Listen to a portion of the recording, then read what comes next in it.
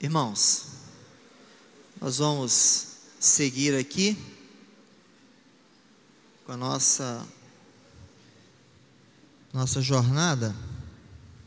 Quero convidar você a abrir a sua Bíblia.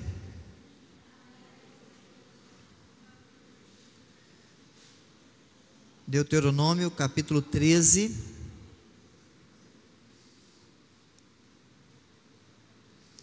Deuteronômio 13.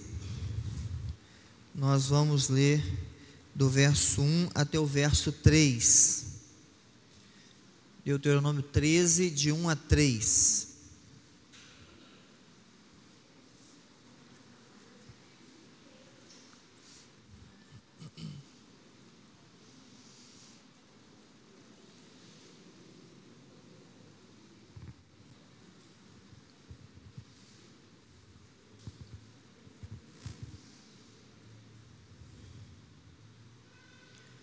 Vamos ler juntos, em uma voz. Leamos. Quando profeta ou sonhador se levantar no meio de ti e te anunciar um sinal ou prodígio, e suceder tal sinal ou prodígio de que te é falado, e disser: vamos após outros deuses que não conheceste e servamos, não ouvirás as palavras deste profeta ou sonhador, porquanto o Senhor vosso Deus vos prova, para saber se amais o Senhor vosso Deus de todo o vosso coração e de toda a vossa alma. Amém. Vamos orar mais uma vez. Pedir a Márcia que nos dirija a Deus e orar. A Márcia orou, né? Então tá, Carminha, ora para nós, vem, está em pé, intercede pelo nosso momento de estudo.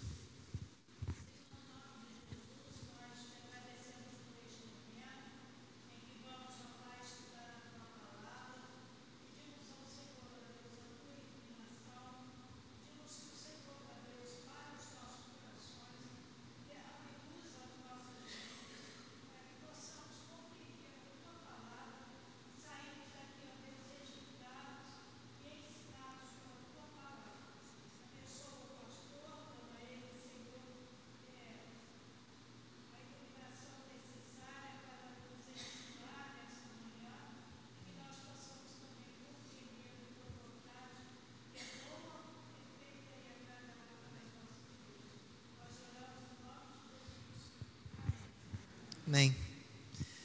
Nós vamos estudar hoje a nossa segunda lição sobre profecia como modo de revelação verbal, e devemos encerrar essa parte hoje com a graça de Deus, e aí no final eu digo como é que vai ser o próximo passo.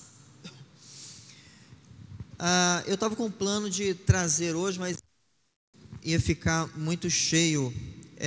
Quando nós tivemos a primeira lição da formação da igreja, eu falei um pouco sobre o achatamento histórico ali do início da primeira parte, né, ali do Gênesis, o achatamento histórico que facilitou a preservação da revelação de Deus e desses elementos da aliança de Adão até Abraão. Eu produzi um material, ainda, na verdade estou terminando ele. Eu ia trazer, é muito legal vocês verem como que se ajusta, só para vocês terem uma ideia, dos 10 personagens da linhagem de Adão, né, de Adão até Noé. Noé foi o único que nasceu depois da morte de Adão. Que legal, né? O único que nasceu depois da morte de Adão. Antes dele, o pai dele, obviamente, nasceu 30 anos mais ou menos antes da morte de Adão. Então, praticamente todos conviveram com Adão. Então, para você ver como que Deus preservou a revelação, achatando a história na longevidade desses personagens. Mas em outro momento a gente traz essas informações que são mais de são de cunho de curiosidade, mas são relevantes para a questão do entendimento de como Deus preserva a sua revelação. Teríamos uma lição só sobre isso, sobre a preservação da revelação, mas não dará tempo na nosso projeto aqui, então vai ficar apenas com insights assim mesmo, tá bom? Bem, em nossos dias, hoje nós vamos falar sobre a vocação dos profetas, ou a vocação profética, e um elemento de destaque em nossos dias, nessa chamada doutrina da vocação, que é aceita amplamente, né, pela igreja contemporânea e ensinada,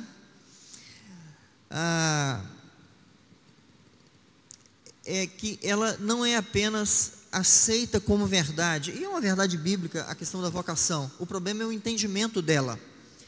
Nós costumeiramente atribuímos vocação a pastores, ao chamado ministerial, né? Vocação e chamado é a mesma coisa, é um vocativo, né? Ao chamado ministerial, alguns que se intitulam profetas, dizem que foram chamados para ser profetas, e etc. tal. O problema é que a má compreensão disso produz desvios doutrinários e heresias, tá? E é o que leva ao nascimento de muitas seitas, essa má compreensão da vocação profética, ou do conceito do ensino bíblico de vocação.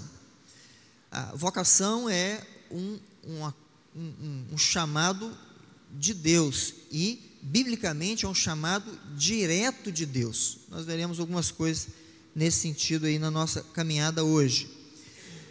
Portanto, eu fiz uma distinção, é por isso que eu fiz uma distinção, em mais de um momento eu citei essa questão da diferença entre o período vocacional, que se restringe ao Antigo Testamento, e a sua limitada extensão no que eu chamo de intercessão testamentária, que é os 100 anos após a vinda de Cristo, né, ali que alguns aspectos do Antigo Testamento se sobrepõem, ou o contrário, né, ao do Novo Testamento, durante o período de 100 anos, como eco do período vocacional.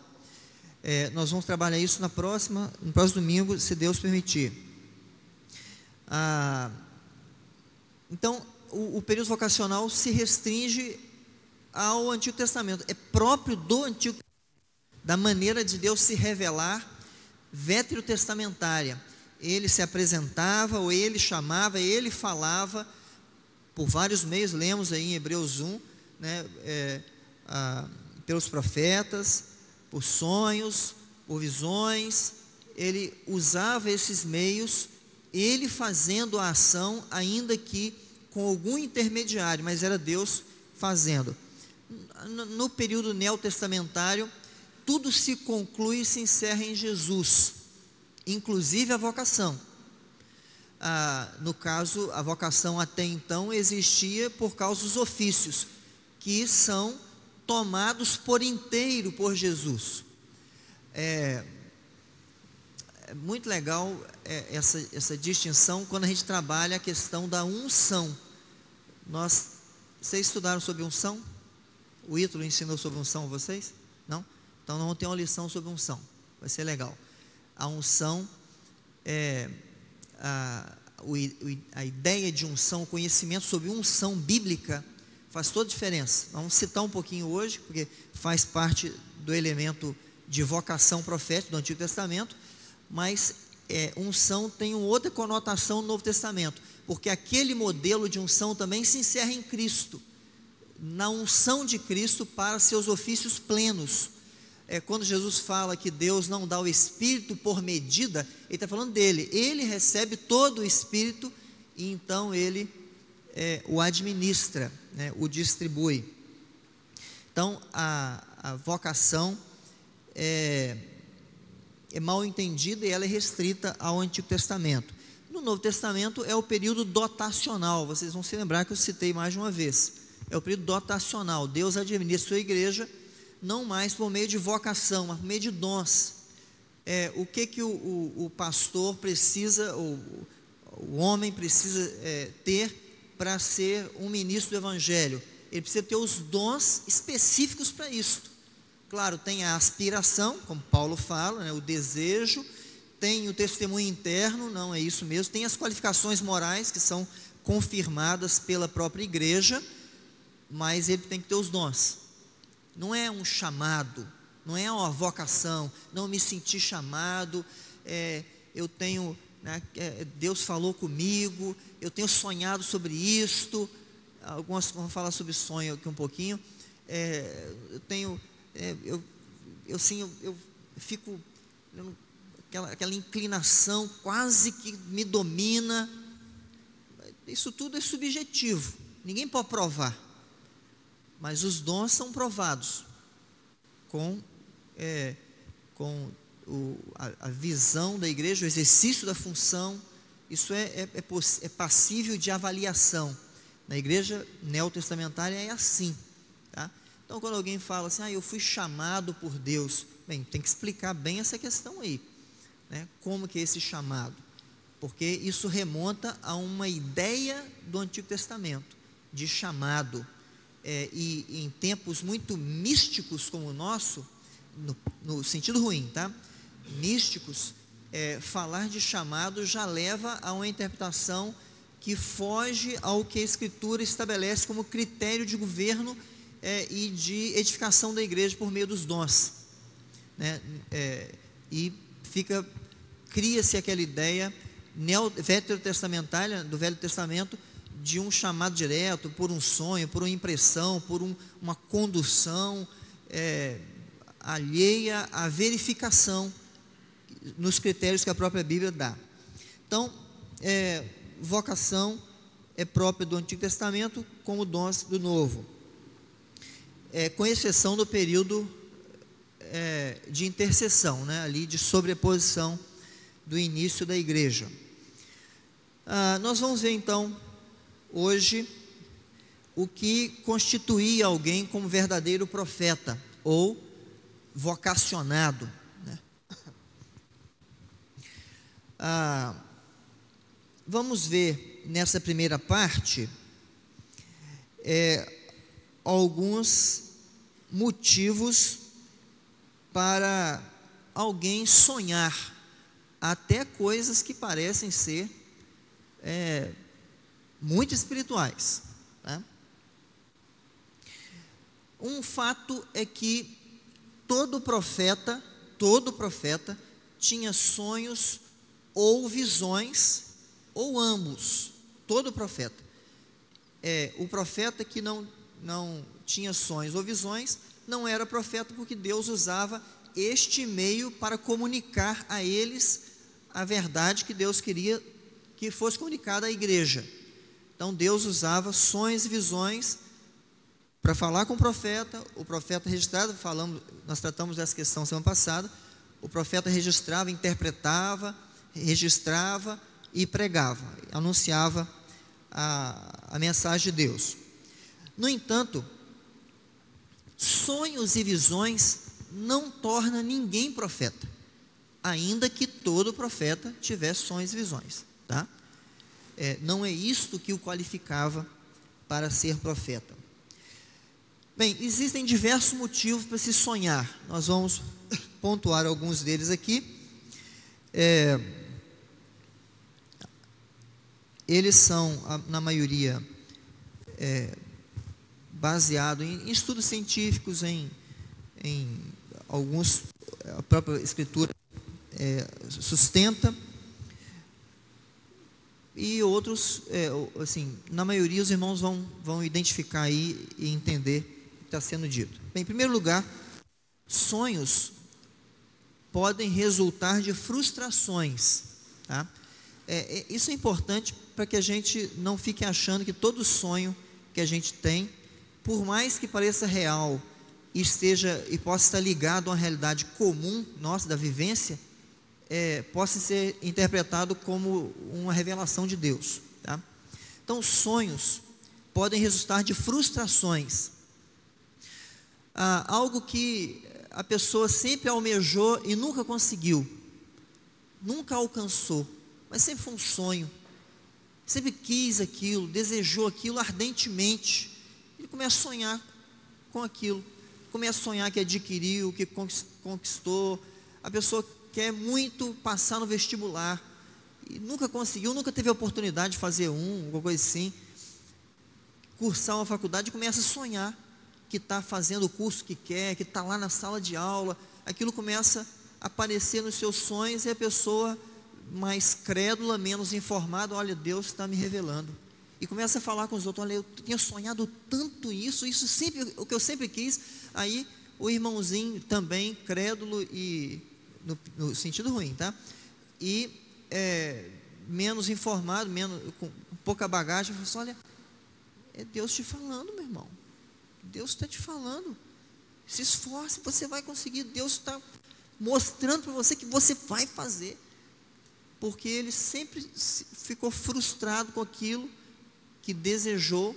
Uma outra questão é gente que quer ser rica, quero ser rico, quero ter dinheiro, aí começa a aparecer um monte de caminho impróprio, estranho, começa a sonhar com aquilo, que é rico, está viajando, Deus vai me fazer rico, e começa a fazer um monte de bobagem.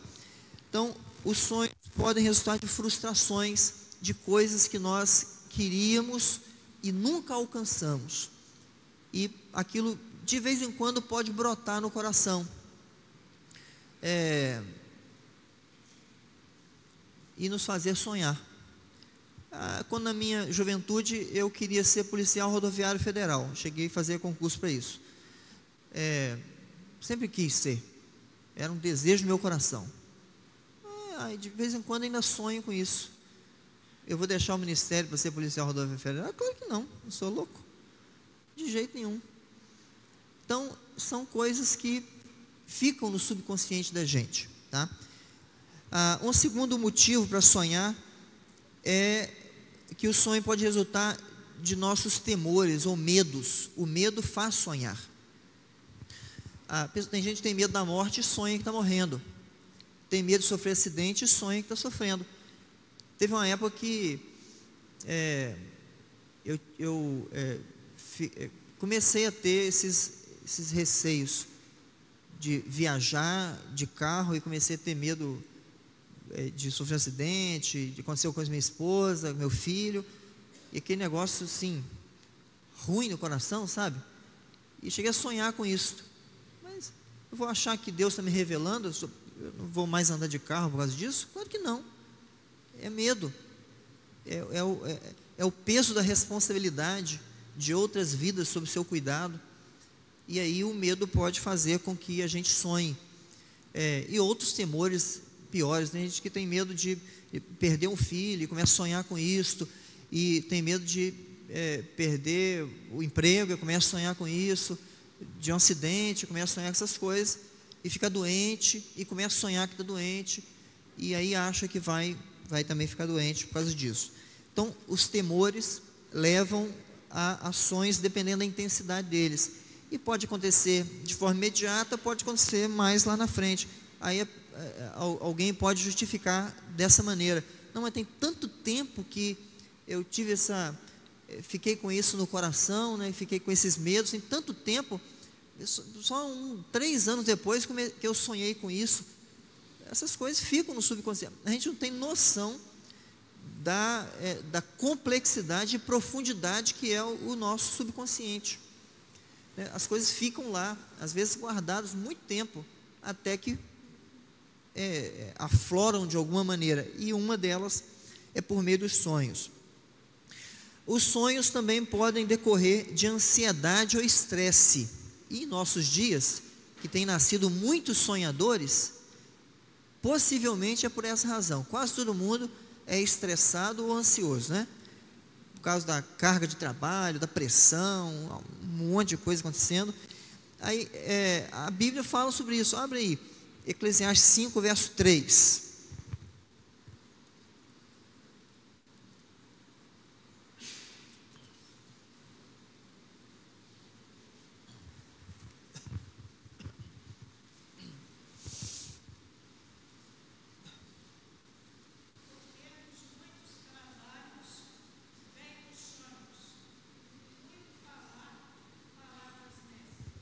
Isso.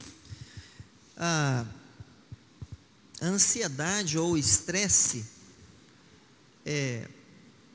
a pressão, o acúmulo de coisa, pode levar a sonhar. E o sonho, se não for considerado como sonho, como a Bíblia ensina, leva o tolo a falar tolices. Então, quem nunca de nós aqui, por causa da sobrecarga de trabalho ou outras pressões da vida comum, não tem sonhos duros, gritantes, que parecem reais, parecem que é uma mensagem de Deus, alguma coisa assim, por causa da condição de pressão em que vivem.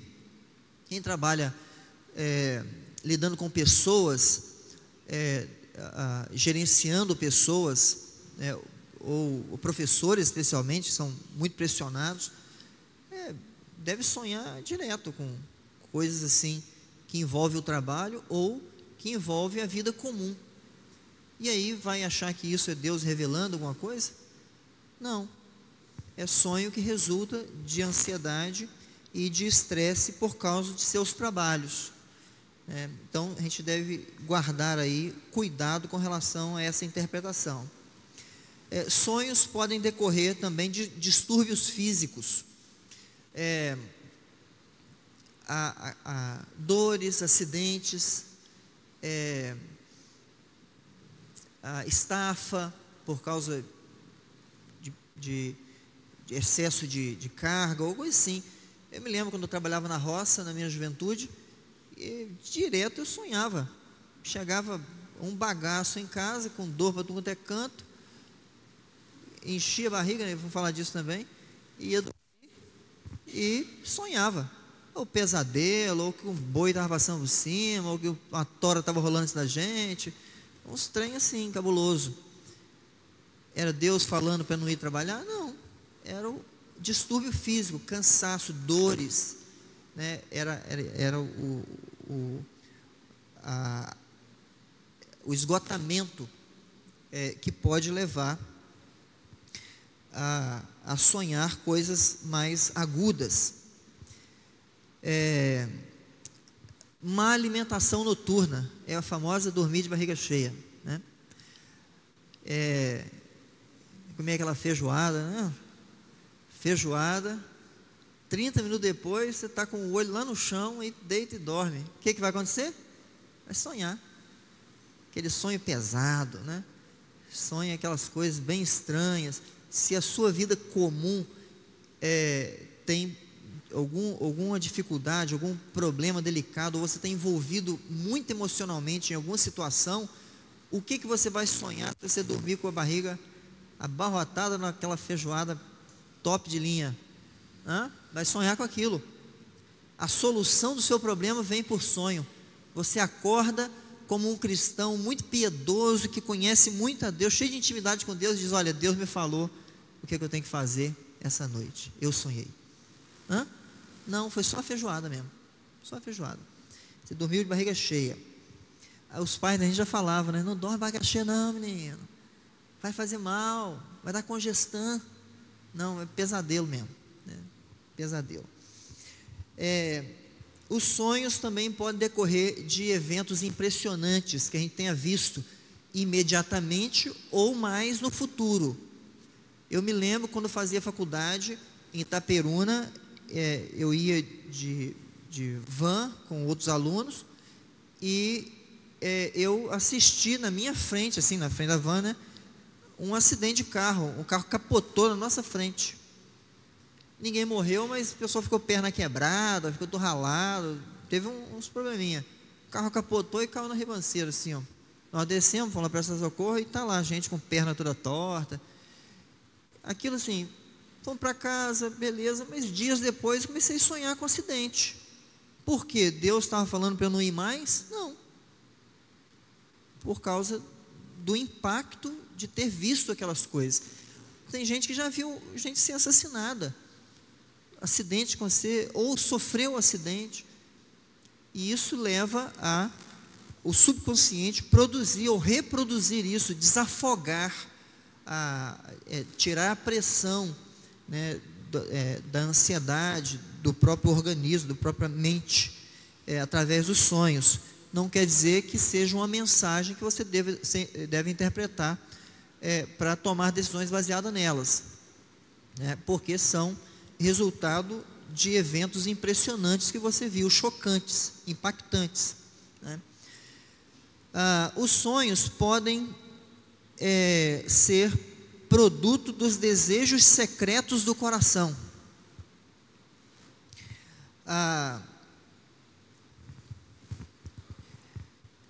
Aquela pessoa que quer muito uma coisa, está um pouco ligado à frustração também, né?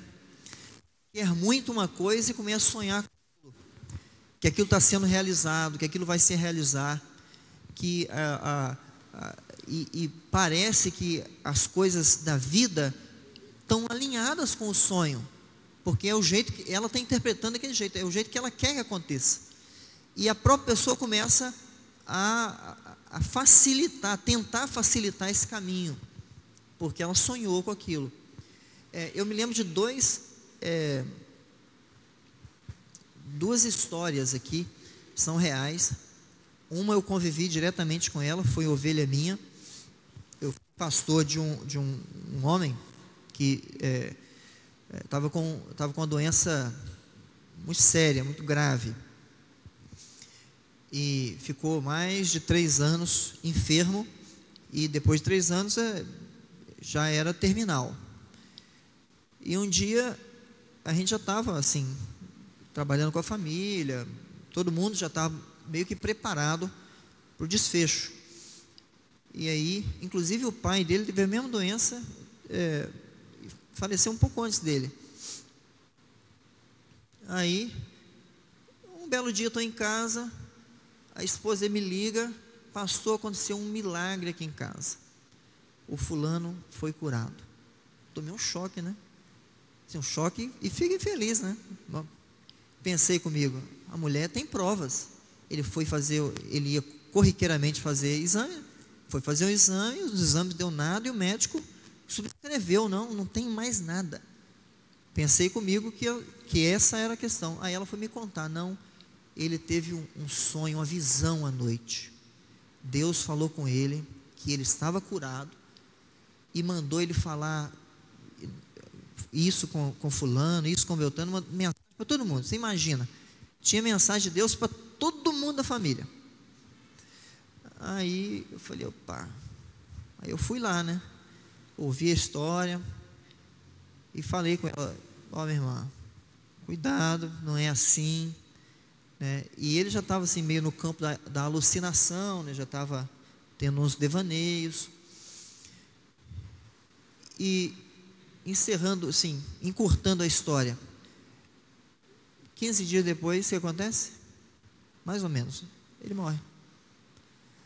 O que mais me impressionou, além da infantilidade com relação a isso, porque eu já tinha um tempo que eu tinha pelo menos 2 anos que eu era pastor da igreja, ensinando a eles,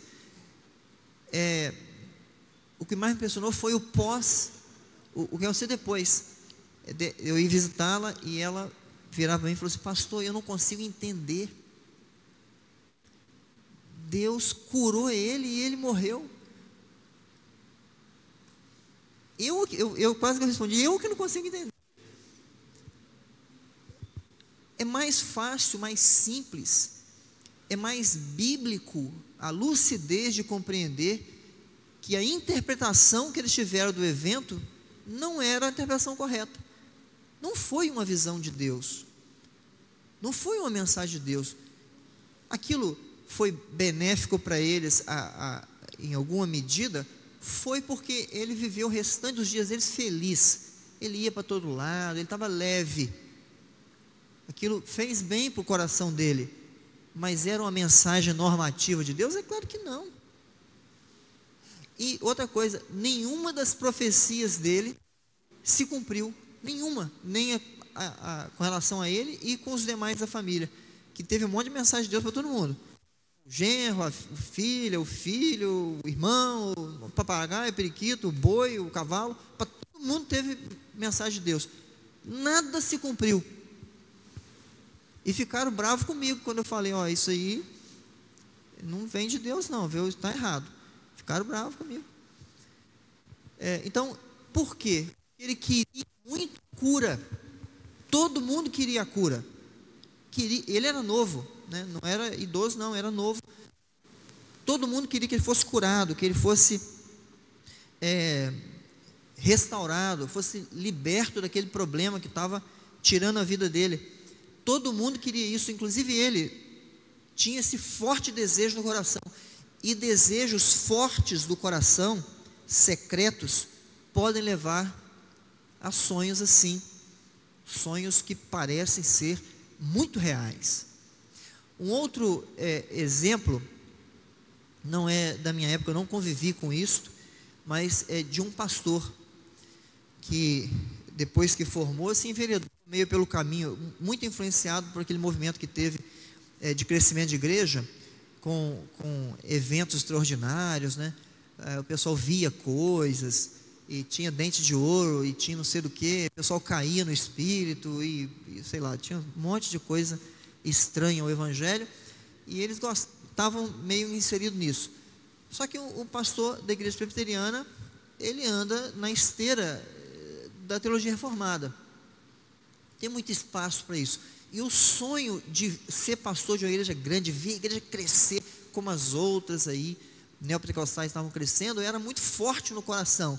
Então o que aconteceu? Um dia, inclusive ele pediu exoneração por causa da pressão da igreja.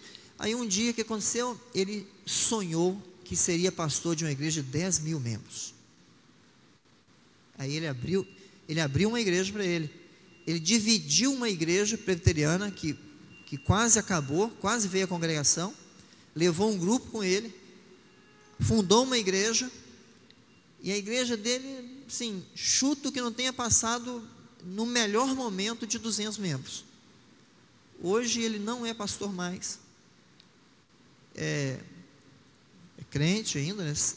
Voltou para a igreja presbiteriana como membro, mas não é pastor, nunca foi pastor de 10 mil membros, nenhum dos seus sonhos se realizou, teve problemas familiares. Por quê? Porque ele achou que um sonho produzido por um desejo do coração, por não entender isto, fosse uma mensagem de Deus. E o pior, ele cooptou pessoas, ele corrompeu pessoas, ele levou pessoas com ele, ele atrapalhou a jornada cristã de um monte de gente que acreditou no seu sonho, mas era o seu sonho, produzido pelo desejo do seu coração. Bem, os sonhos podem resultar também do desejo de dominar, é a soberba e a vaidade. Vamos ler aí Eclesiastes 5:7.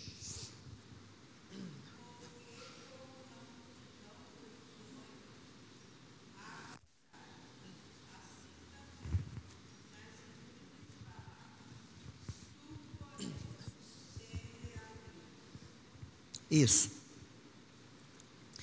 Quem sonha demais e usa o sonho para poder alcançar seus desejos, ou para poder ensinar e guiar outros, é um vaidoso e soberbo. O desejo dele é dominação. Por quê? Porque o sonho é inverificável. É inverificável. Pelo menos de forma imediata. Biblicamente, quando Deus falava através de sonho e o profeta dizia o que Deus mandou, a mensagem de Deus, um dos critérios de avaliação era o cumprimento daquilo, no curto prazo, no médio prazo ou no longo prazo, tá? Era o cumprimento, um dos critérios. Se eu chego aqui para vocês e digo, olha, eu sonhei, Deus me revelou por sonho, isso, e vocês acreditam no que eu que eu estou dizendo, nós vamos seguir por esse caminho, porque Deus disse para mim, é isto, e eu vendo esta ideia, este projeto, assim, muito bem vendido, e vocês compram, como acontece na história aí aos montes, vocês compram, qual a base de sustentação que vocês têm para acreditar que isso é verdade? É só o que eu digo, não tem como verificar, a Bíblia não ensina isto, eu não tenho como provar que eu sonhei, eu posso não ter sonhado nada, só tido um insight, falando, não, eu quero fazer isso, eu vou usar esse caminho. Então quem sonha e usa isto, e ensina isto como revelação de Deus, é um dominador, é um desonesto, soberbo, que quer passar por cima da revelação de Deus, ele quer dominar a igreja, o grupo que ele lidera, porque o grupo que ele lidera passa a crer nele, depositar nele a sua fé, na palavra dele a sua fé, ao invés da palavra de Deus registrada e comprovada. Então o único objetivo é dominar, porque ele usa um recurso que não pode ser verificado, e este recurso costuma vir com um adendo mais desonesto ainda. Olha, se na sua vida isso não está acontecendo, é porque você não tem fé, a culpa é sua ainda. Isso é recurso de dominador, de desonesto. Então sonhadores que se auto-intitulam profetas usam de um recurso inverificável da fragilidade do conhecimento do seu grupo para poder dominá-los e usá-los para o seu próprio benefício. O desejo dele, portanto, é exercer domínio sobre esses crédulos, e o que a Bíblia chama de tolos ou simples.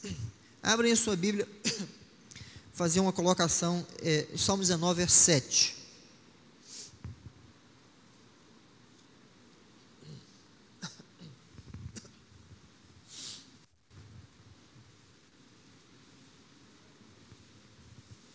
Quem achar pode ler.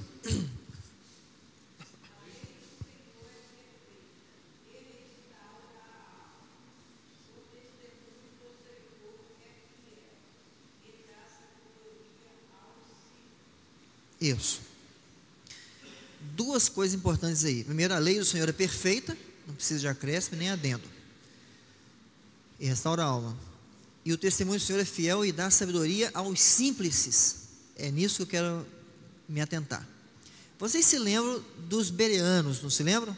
Aí da história dos bereanos, que foram lá conferir na Escritura para ver, e a Escritura ali é o Antigo Testamento, para ver se aquilo que estava sendo ensinado era de fato verdade, estava de acordo com a revelação de Deus. Os bereanos é o oposto do que o salmista chama de simples aqui. A Escritura ou o testemunho de Deus dá sabedoria aos simples, para que eles deixem de sê-lo e façam como os bereanos. Espera aí, então Deus te falou isso? Vamos ver o que a Escritura fala sobre esse negócio aí. No finalzinho eu vou passar para vocês as 3 peneiras que eu uso para fazer essa avaliação. Os simples aqui no texto do Salmo 19 é aquele que não tem portas na mente, critérios, filtros de avaliação, não tem camadas que julgam o que ele escuta, ele crê no que entra pelo ouvido. Vocês conhecem a sentença, que já é da minha meninice, falava-se muito, né? A década de 90 foi uma das piores do nosso tempo, né? E eu sobrevivi, graças a Deus, àquele período. Então, era muito forte a ideia na década de 90 de tenha a mente aberta. A expressão era muito usada naquela época. Não sei se hoje se fala ainda por aí, mas a ideia de ter mente aberta. E as pessoas falavam com orgulho, não, eu tenho a mente aberta. O simples aqui é o da mente aberta. É aquele que não tem uma cancela na mente, não tem uma porteira. Ele não tem nada para reter o que chega. Tudo entra. Tudo que chega entra e é absorvido. Tudo é verdade, tudo é possível, tudo é real, tudo é bom. Ele vai pegando tudo e deixando tudo entrar. A lei do Senhor coloca porteira na nossa mente, filtros, coloca critério de avaliação. Então, o que vem aos nossos ouvidos, nós pegamos e passamos por esses filtros. O que é sujeira não entra. E este filtro é a Escritura. Então, os símplices aqui, que são os de mente aberta, ou os tolos, são aqueles que caem no engodo dos sonhadores. Aqueles que desejam dominar os tolos, os simples. Pessoas que estão apegados à Escritura não caem nessa. A Escritura é a nossa única regra de fé e prática. Ela é o único lugar por meio do qual Deus fala normativamente ao seu povo, tá? Com ênfase no normativo. A Escritura é o único lugar onde está a lei de Deus. A lei de Deus é encontrada na Escritura. Foi até citado pelo Gabriel aqui. A lei de Deus está na Escritura. Então, se alguém diz, eu sonhei e Deus mandou fazer isso, isso é lei, é normativo. Se não está na Escritura, é um falso profeta. É um falso profeta. A lei de Deus está na Escritura, tá? É um dominador. Bem, os sonhos podem resultar dos simples enganos do coração. Vocês se lembram do que diz Jeremias, né? Capítulo 17, verso 9: enganoso é o coração, né? Mais do que todas as coisas, e desesperadamente corrupto, quem o conhecerá? Veja, desejo do coração, ou enganos, né? Má interpretação. Normalmente, tem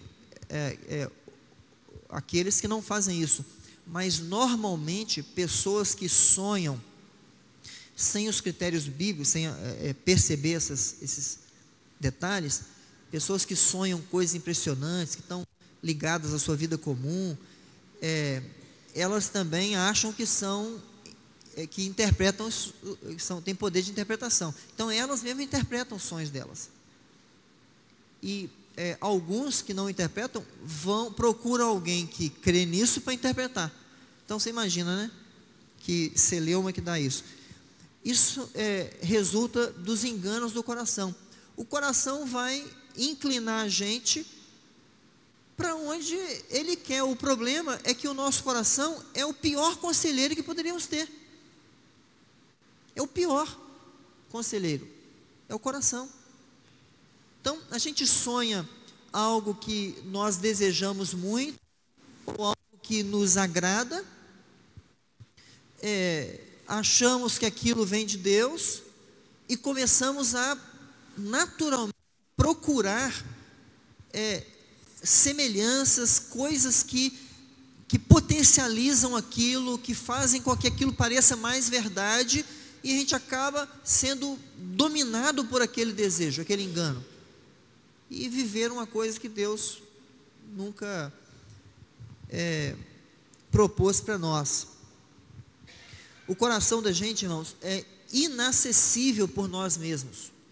Você não conhece o seu coração, não conhece suas tramas, você não sabe do que você é capaz de fazer se Deus não contesse os seus desejos mais íntimos, se Deus não colocasse a mão.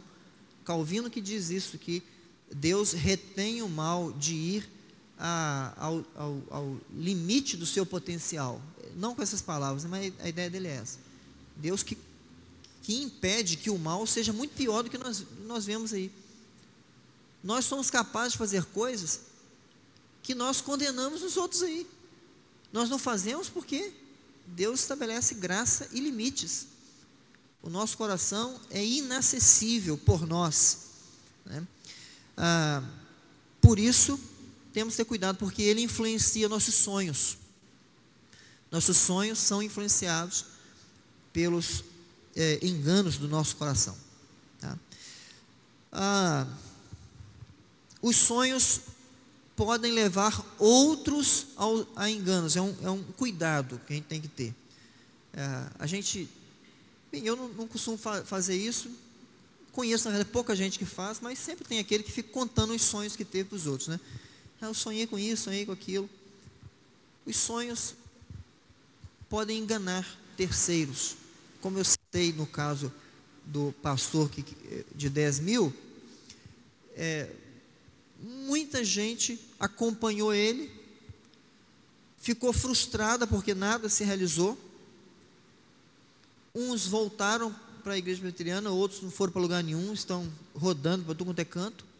Aí, alguns já morreram, e morreram longe da igreja, longe da comunhão.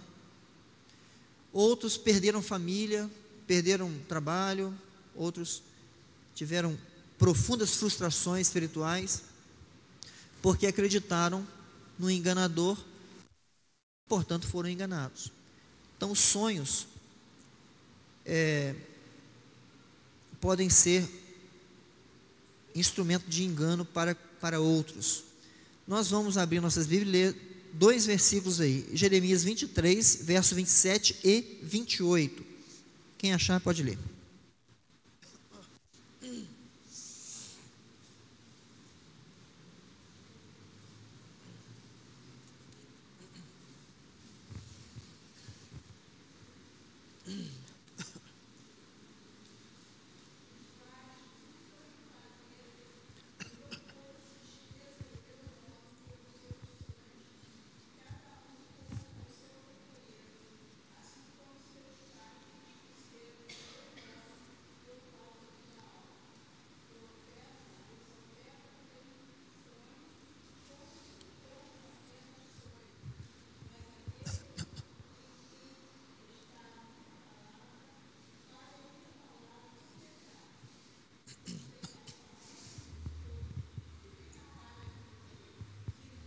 Isso.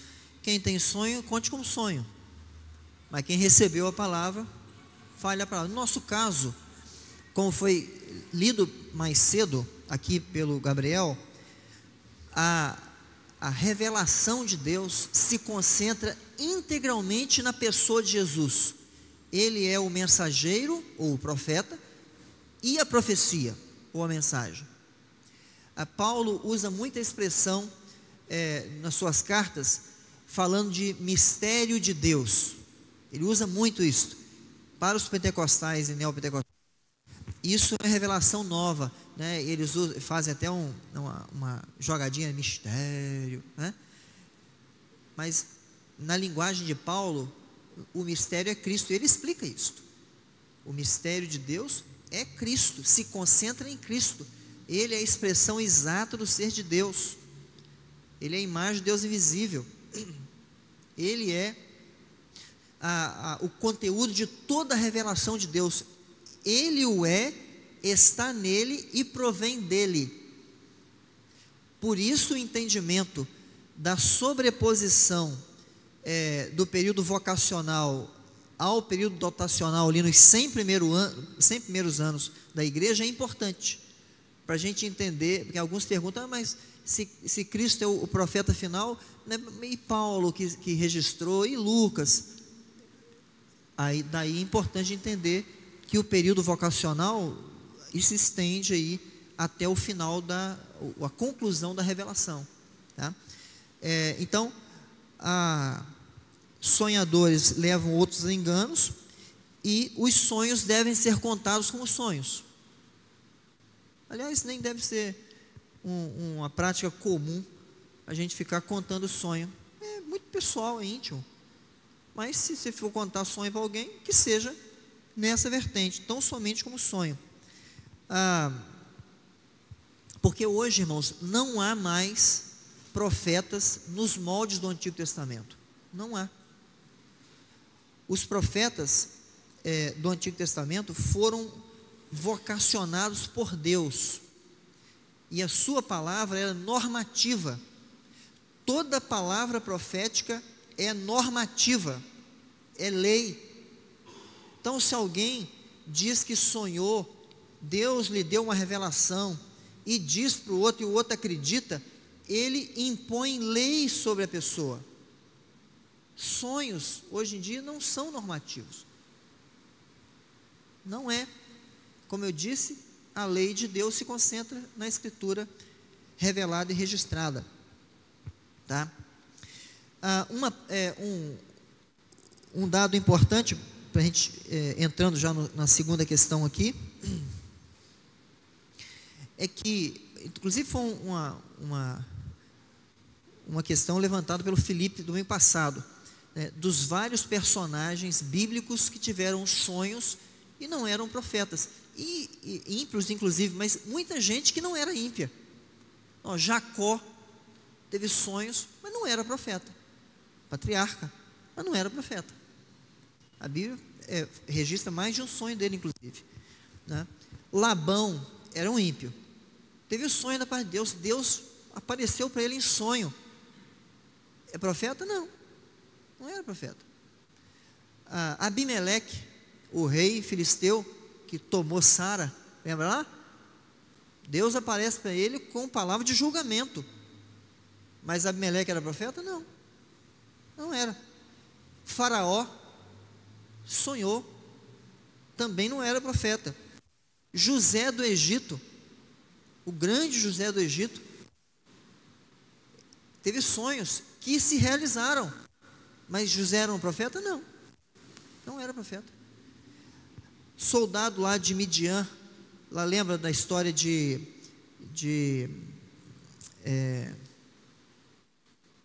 como é que é o nome dele?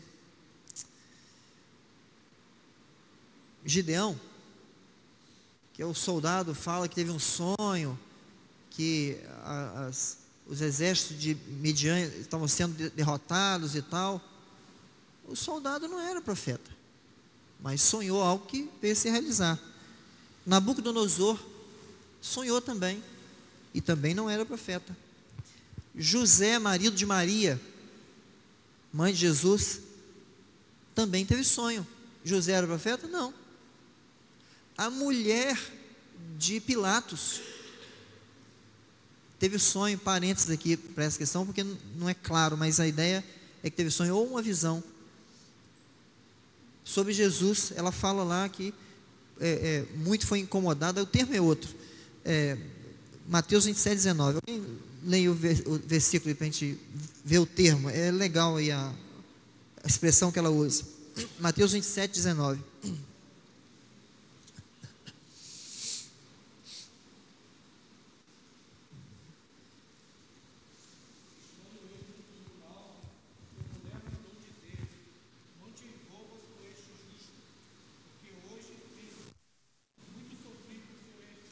Isso, em sonho.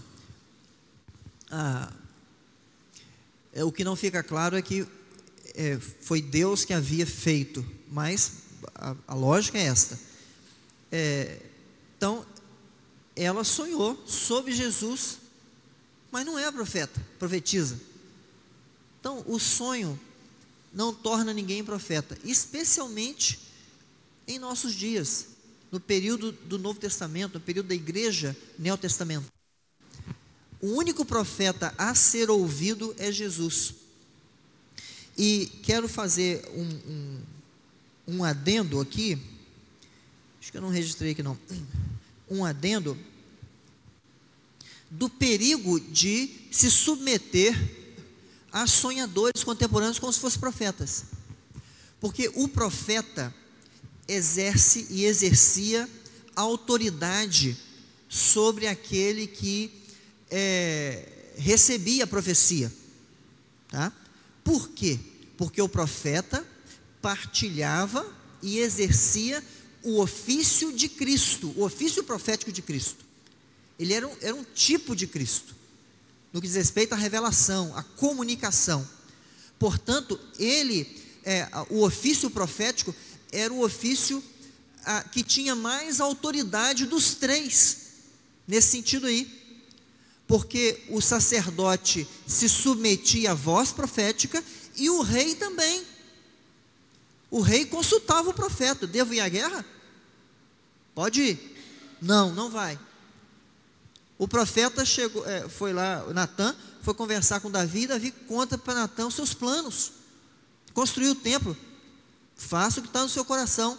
Deus fala com Natã: vai lá e fala com ele para não fazer. Natã vai lá e fala: ó, Deus mandou você não fazer. O que Davi faz? Quem é você, rapaz? Não, baixou a cabeça e obedeceu, porque o profeta era a voz de Deus sobre aquele que estava debaixo do governo de Deus. Então, quando alguém escuta um sonhador hoje, o que ele está fazendo? Dá licença, Jesus, mas eu vou seguir esse profeta aqui. Se você crê em Jesus como o profeta, não tem espaço para outros profetas, porque a voz profética é normativa, segundo os moldes do Antigo Testamento, que é exatamente o que tem acontecido nos nossos dias. As pessoas têm evocado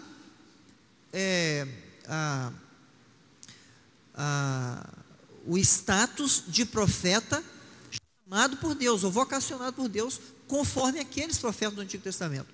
Então, quando alguém diz: olha, eu tive um sonho a respeito de você, Deus mandou te dizer isto, e você: que bênção de Deus, eu vou seguir isto. Você está tirando Jesus da jogada. Você está se colocando debaixo da autoridade de outro profeta que não é Jesus. Perigoso. Se você crê em Jesus como o profeta, a palavra dele tem que ser suficiente para você. E ela está aqui, na sua mão, na sua Bíblia, tá? Porque sonhos e visões não fazem de ninguém profeta, especialmente hoje em dia. No Antigo Testamento, nós podemos encontrar um outro elemento que não prova que alguém seja profeta, além de sonhos e visões, que não prova, ainda que todos eles tivessem sonhos e visões, não provava que era profeta. Outra coisa que não provava era o cumprimento da profecia, que hoje em dia as pessoas se pegam nisso, né? Não, a profecia se cumpriu. Eu tive uma experiência, conhecimento só, de uns casos lá em Bom Jesus, há muitos anos. Esses tempos apareceu de novo por lá, um profeta, um pastor, né, com dom profético aí, segundo ele, que ficava adivinhando o número do documento das pessoas. Que relevância tem um trem desse, gente? Não me edifica em nada ele descobrir o número do meu CPF. Deus está me revelando o número do CPF da Márcia. É esse, Márcia. Como eu fui edificada. Nada. Pareceu uns peão desse aí. Então, é um negócio assim que pode provar, né? E de fato, às vezes é o número mesmo, uma coisa assim. Mas a Bíblia ensina que o cumprimento não prova que ninguém é profeta de Deus. Veja aí no texto que nós lemos, Deuteronômio 13, de 1 a 3.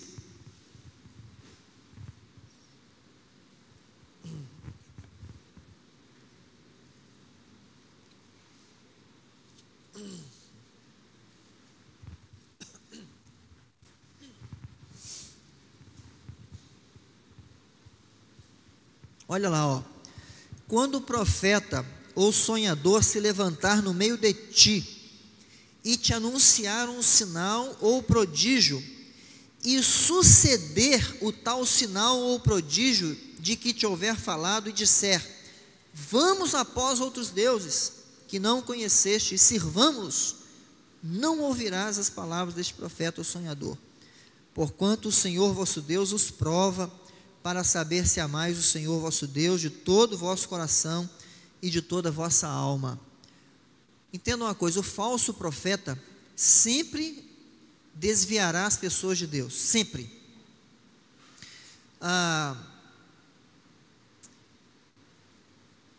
e pode ser que o que ele diz se cumpra. Em nossos dias, a nossa geração é muito impressionável. As pessoas ficam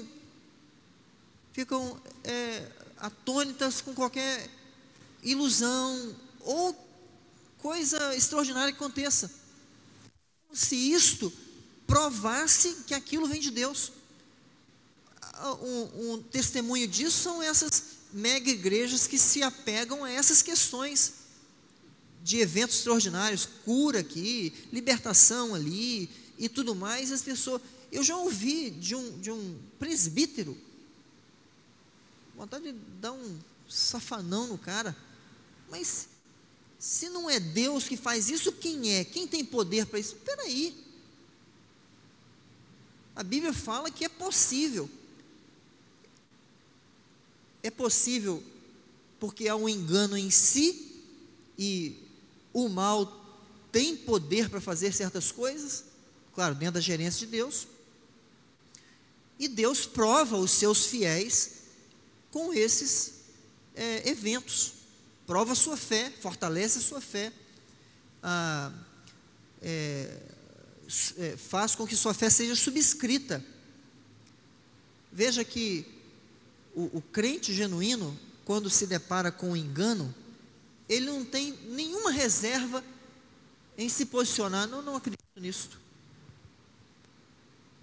O crente que não tem convicção, ele balança. O crente que não tem convicção, mas é sério, ele diz assim: eu não sei responder isso, mas eu vou procurar alguém que saiba, porque eu não aprendi desse jeito não. Deus prova a nossa fé. Hoje em dia, a geração impressiona qualquer coisa. Irmãos, Satanás pode fazer algumas coisas. Pode. Tem poder para isso. No Antigo Testamento isso acontecia. No Novo Testamento acontece também. Vê lá o registro bíblico sobre o anticristo, o falso profeta. Abra lá, Apocalipse 13. O único objetivo do falso profeta que consegue falar alguma coisa e se cumprir, ou consegue fazer alguma atividade extraordinária, é afastar as pessoas da verdade. No Novo Testamento também. Apocalipse 13, 11 a 15. Alguém leia, por favor.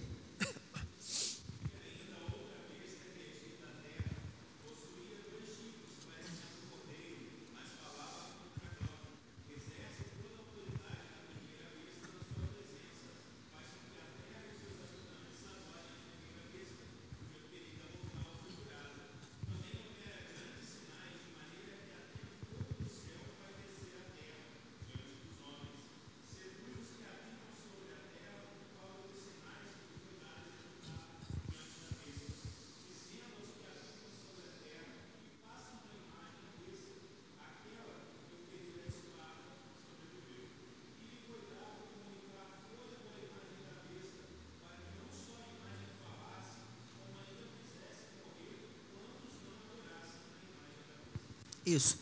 Esse é um texto que fala do falso profeta, ou do anticristo, ou da besta da terra, né? Os três personagens, o mesmo. É aquele que servia aos propósitos da besta do mar, o iníquo, o homem da iniquidade, que Paulo fala aos Tessalonicenses que se sentaria, né, sobre o trono, né, como se fosse o próprio Deus. Então, o falso profeta terá poder, ele fará coisas extraordinárias, e são reais, e nessa época as pessoas estarão ainda mais crédulas, acreditarão, não, isso aí é de Deus, ele tem poder de Deus, e vai segui-los, coisas impensáveis serão feitas, são reais, são coisas que são reais para o fim dos tempos, para a preparação da volta de Jesus.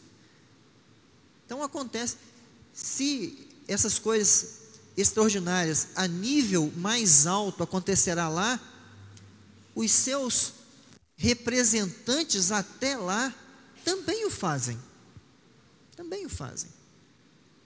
para forjar a fé dos fiéis ou prová-las e para descambar com aqueles que não são eleitos e se cumprir a palavra de Deus já registrada. Então, sinais, prodígios que se cumprem, profecias que se cumprem, não provam que alguém é profeta de Deus. O que faz de alguém profeta de Deus é ele encaminhar as pessoas à submissão a Deus. É ele ser sujeito à verdade, ensinar a verdade e guiar o povo de Deus à verdade. Isto é coisa de profeta de Deus. Porque todo falso profeta vai desviar as pessoas de Deus.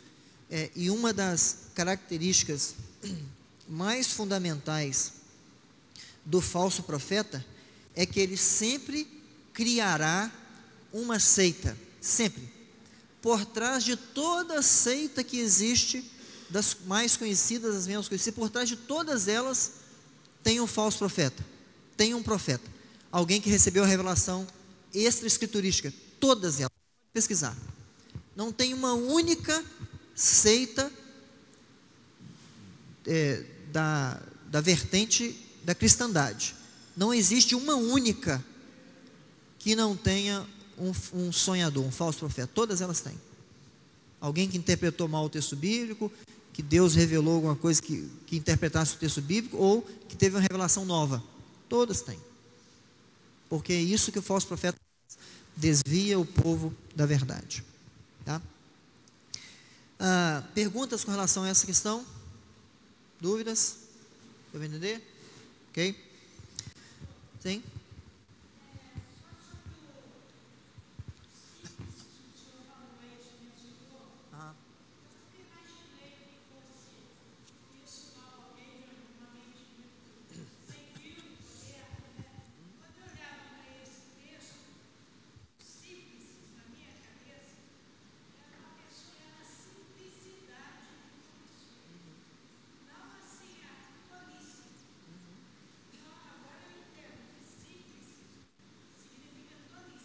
Exatamente. É alguém que é levado para onde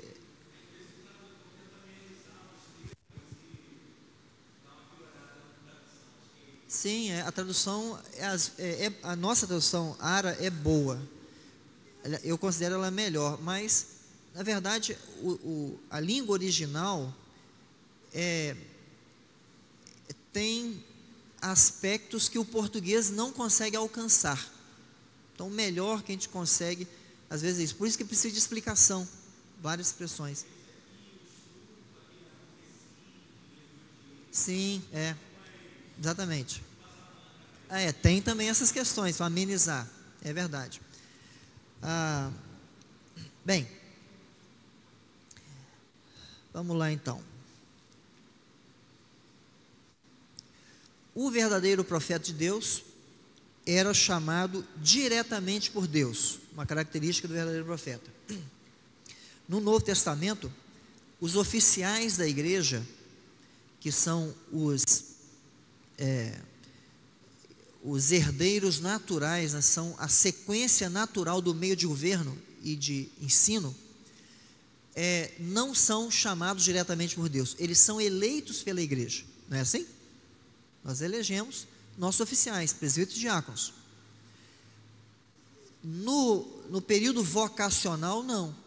Deus não falou, Davi, junta a assembleia do povo aí em Jerusalém e elege uns profetas para mim. Não. Deus chamava. Ele ia lá e chamava. Ponto final. Não tinha essa mediação. No período dotacional, Deus usa a igreja para eleger seus oficiais. É diferente, tá?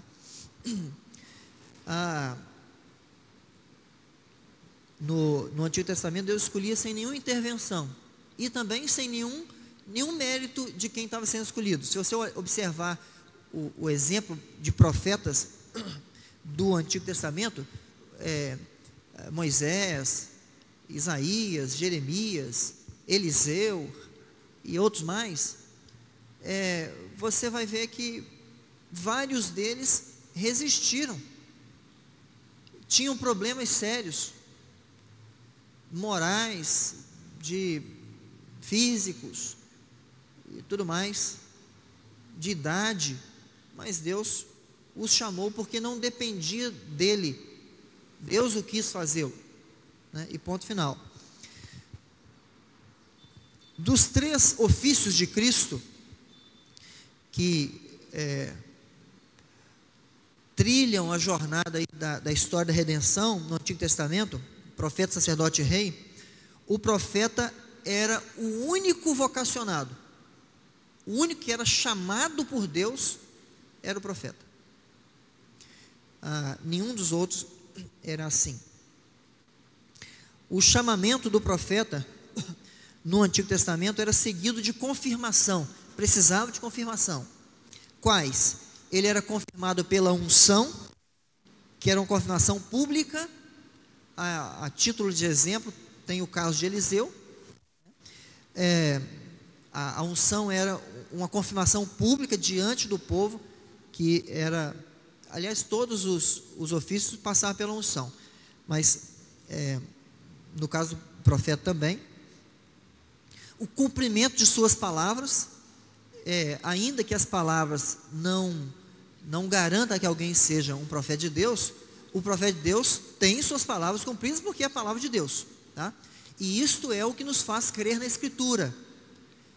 As palavras da Escritura se cumpriram no passado, se cumprem no presente e ainda se cumprirão no futuro. Então, a garantia de que nossa esperança é viva e aquilo que Deus prometeu vai se cumprir, é porque isso já aconteceu e vem acontecendo, tá? Então, o cumprimento das palavras era meio de confirmação.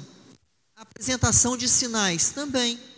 Os profetas operavam sinais, não todos são registrados, né?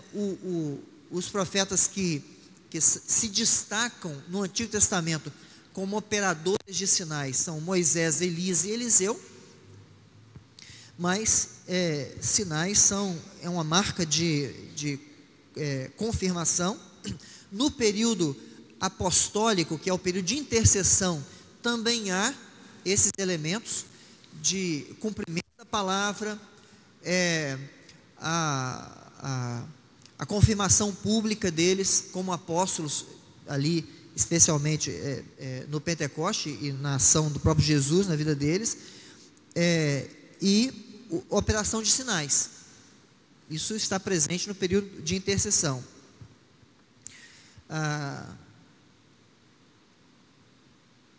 Vamos ler aí 2 textos para finalizar aqui. 2 aos Coríntios 12, 12 e Hebreus 2, 3 e 4. Alguém que achar pode ler.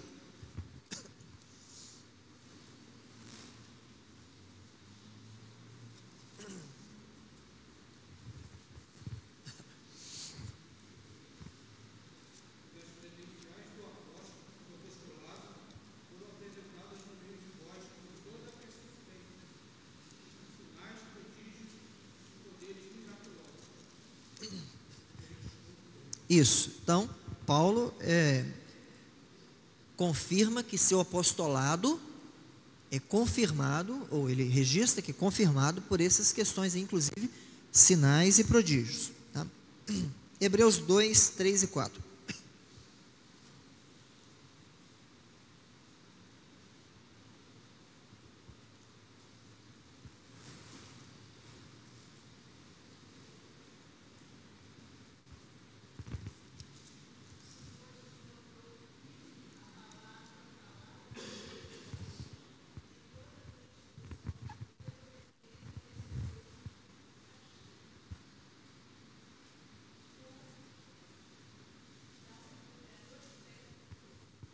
Hebreus 2, 3 e 4.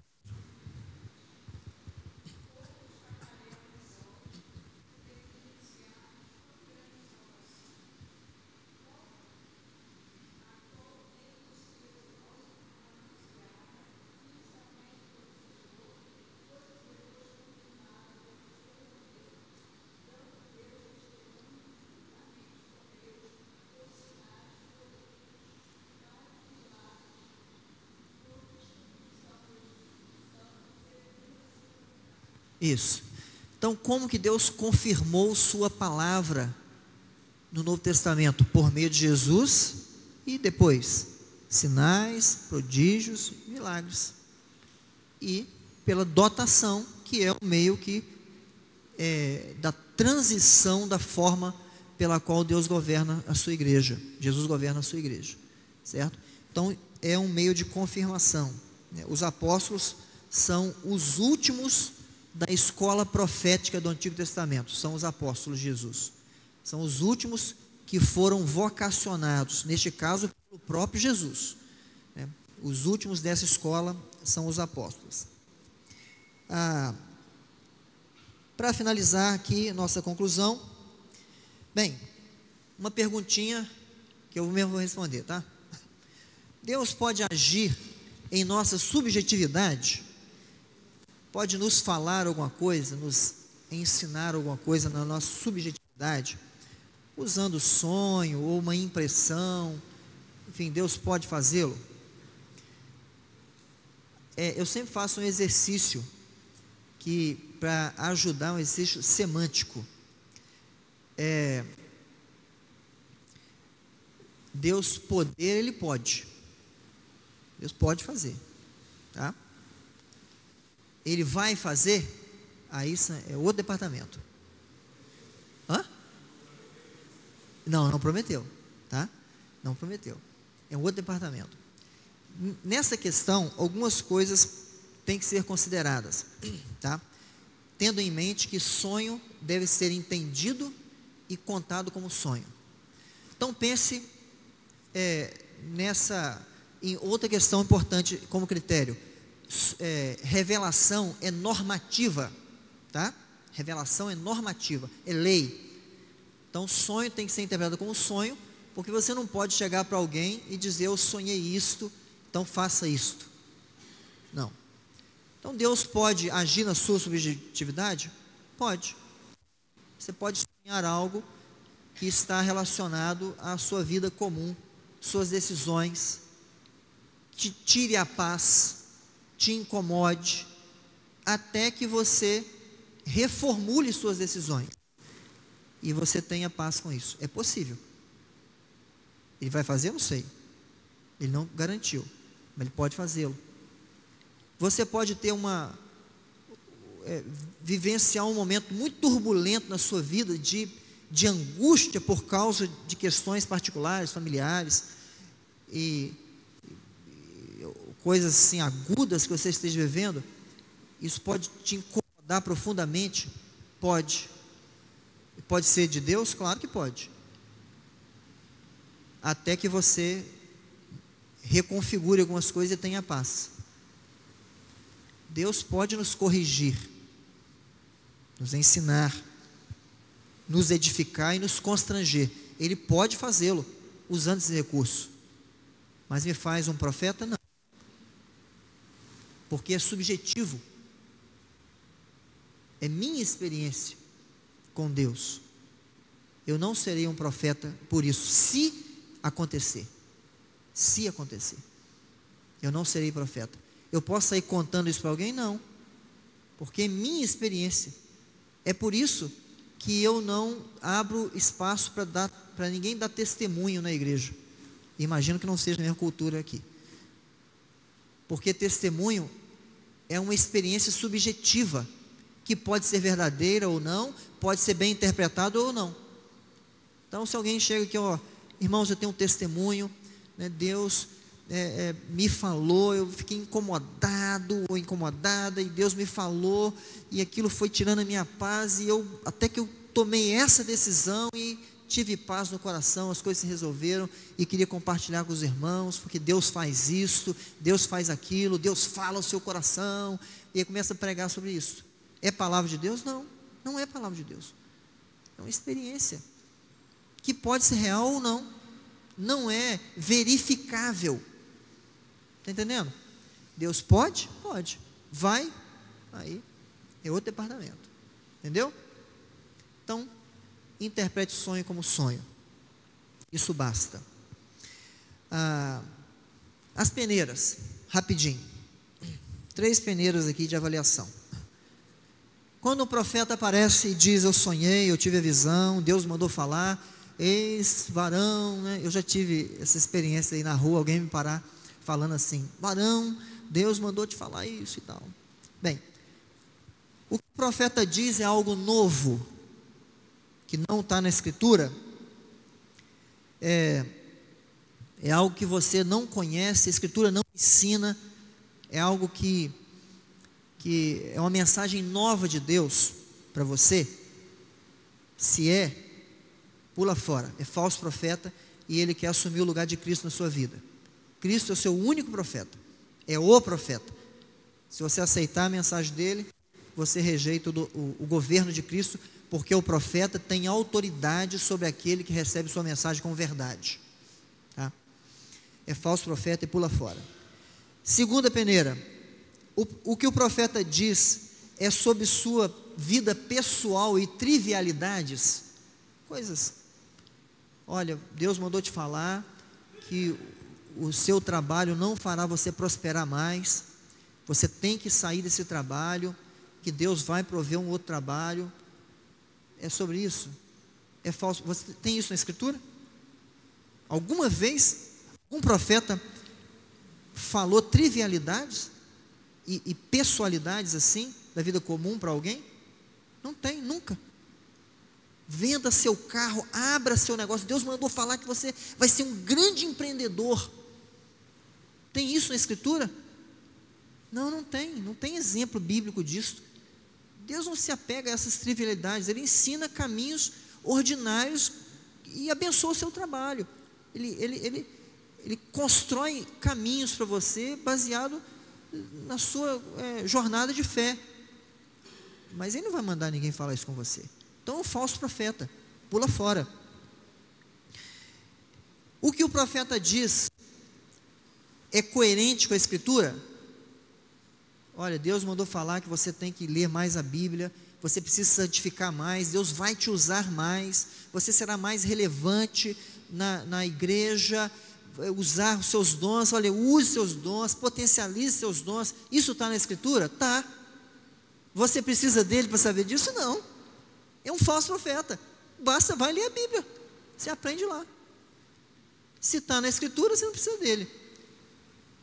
Se não está, você também não precisa dele. É falso. Entendeu? Então não caia no engodo de um profeta moderno que acha que foi vocacionado. Não foi. Perguntas? Para a gente finalizar? Não? Vamos orar? Vamos ficar de pé? Que a meninada está descendo aí.